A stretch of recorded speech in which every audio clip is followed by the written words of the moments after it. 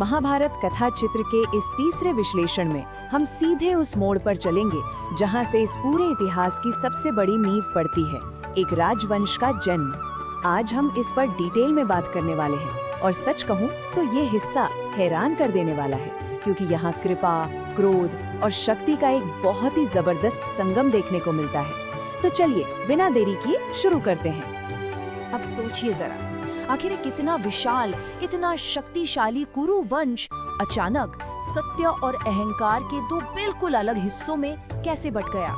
ये सच में बहुत ही हैरान करने वाली बात है ना, क्योंकि कुरु वंश का ये जो महाविभाजन था ना, वो किसी युद्ध के मैदान में शुरू नहीं हुआ था, बल्कि इसकी शुरुआत हुई थी चमत्कारी जन्नों से, अद्भुत वरदानों से और कुछ ऐसे भयानक श्रापों से जिन्हें सुनकर सच में रोंगटे खड़े हो जाते हैं।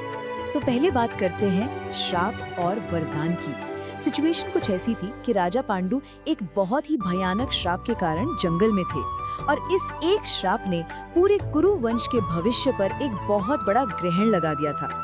और ठीक इस तनाव वाले माहौल में सामने आता है रानी कुंती का एक बहुत बड़ा रहस्य। कुंती ने एक ऐसा रहस्यमय तरीका, एक ऐसा समाधान निकाला जिसकी किसी ने कल्पना भी नहीं की थी। उन्होंने बताया कि उन्हें ऋषि दुर्वासा से एक दिव्य वरदान मिला हुआ है। इस वरदान के कारण वो किसी भी देवता का आवाहन करके उनसे संतान प्राप्त कर सकती हैं। मतलब राजा पांडु के श्राप का एक बिल्कुल सटीक और दिव्य रास्ता उन्हें मिल गया था। और इस दिव्य रास्ते का नतीजा था पांडवों का दिव्य जन्म। ये वो कड़ी है जहाँ से कथा में इन 5 महान पुत्रों का आगमन होता है। अब इन पांचों के जन्म की कथा बड़ी दिलचस्प है। कुंती ने सबसे पहले धर्मराज यानी यमदेव का आवाहन किया, जिनसे युधिष्ठिर आए, जो बिल्कुल सत्य और न्याय के प्रतीक थे। फिर वायुदेव से भीम का जन्म हुआ। और भीम की शक्ति, चलिए इसे एक उदाहरण से समझते हैं। जब भीम छोटे से बच्चे थे ना, तब उनके बस एक बार गिरने भर से एक चट्टानी पत्थर चूर चूर हो गया था। सोचिए वो कितने शक्तिशाली रहे होंगे। उसके बाद इंद्रदेव से अर्जुन आए, जो अद्भुत धनुर्धर थे। उनकी एकाग्रता का तो कोई जवाब ही नहीं था। इसके बाद पांडु की दूसरी पत्नी मद्री ने भी संतान की इच्छा जताई, तो कुंती ने अपना वो सीक्रेट मंत्र उन्हें दे दिया। मद्री ने अश्विनी कुमारों को बुलाया और जन्म हुआ नकुल और सहदेव का। नकुल जो अपनी सुंदरता और तलवारबाजी के लिए मशहूर हुए, जबकि सहदेव अपनी बुद्धिमत्ता और अगाध ज्ञान के लिए। ये 5 भाई आगे चलकर धर्म की सबसे बड़ी उम्मीद बनने वाले थे। लेकिन जैसा कि हम जानते हैं, वक्त हमेशा एक सा नहीं रहता। अब कथा आती है पांडु की दुखद मृत्यु पर। जंगल की वो शांति अचानक एक गहरे शोक में बदल गई। हुआ ये कि एक दिन राजा पांडु अपना वो श्राप पूरी तरह भूल बैठे और जैसे ही उन्होंने मद्री को स्पर्श किया, उस भयानक श्राप के असर से उसी पल उनकी मृत्यु हो गई। एक अचानक और बहुत बड़ा झटका। इस ट्रेजेडी के बाद मद्री ने सती होकर अपने प्राण त्याग दिए। अब कुंती बिल्कुल अकेली रह गई और इसी गहरे शोक के बीच कुंती अपने इन 5 छोटे बच्चों को लेकर वापस हस्तिनापुर लौट आई। दूसरी तरफ हस्तिनापुर में क्या चल रहा था, आइए 100 कौरवों के रहस्य पर चलते हैं, जहां धृतराष्ट्र और गांधारी अपने वारिस का बेसब्री से इंतजार कर रहे थे। राजमहल में एक अलग ही बेचैनी थी। 2 साल, ये सिर्फ एक संख्या नहीं है, ये रानी गांधारी की वेदना और पीड़ा का सबसे बड़ा प्रतीक है। जब गांधारी गर्भवती हुई तो उनका वो समय सामान्य नहीं था। ये गर्भावस्था लगातार 2 साल तक चलती रही।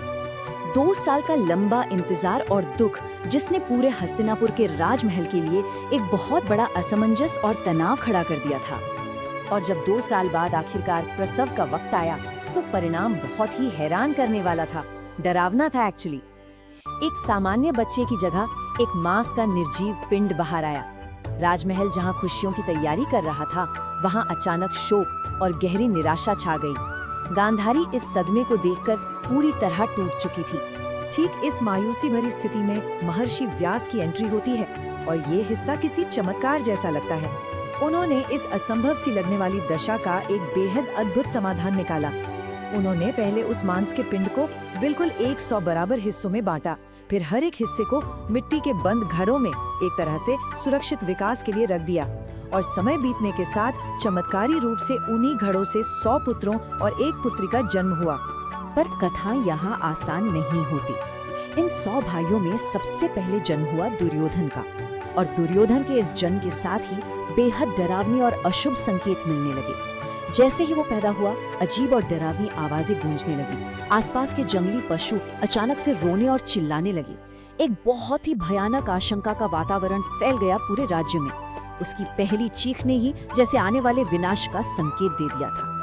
महामंत्री विदुर ने जब ये सब देखा तो उन्होंने राज दरबार में स्पष्ट शब्दों में रोंगटे खड़े कर देने वाली चेतावनी दी। उन्होंने कहा कि ये बालक आगे चलकर विनाश का कारण बनेगा, इसका तुरंत त्याग कर देना चाहिए। ये एक ऐसी चेतावनी थी जिसे बिल्कुल भी अनदेखा नहीं किया जा सकता था।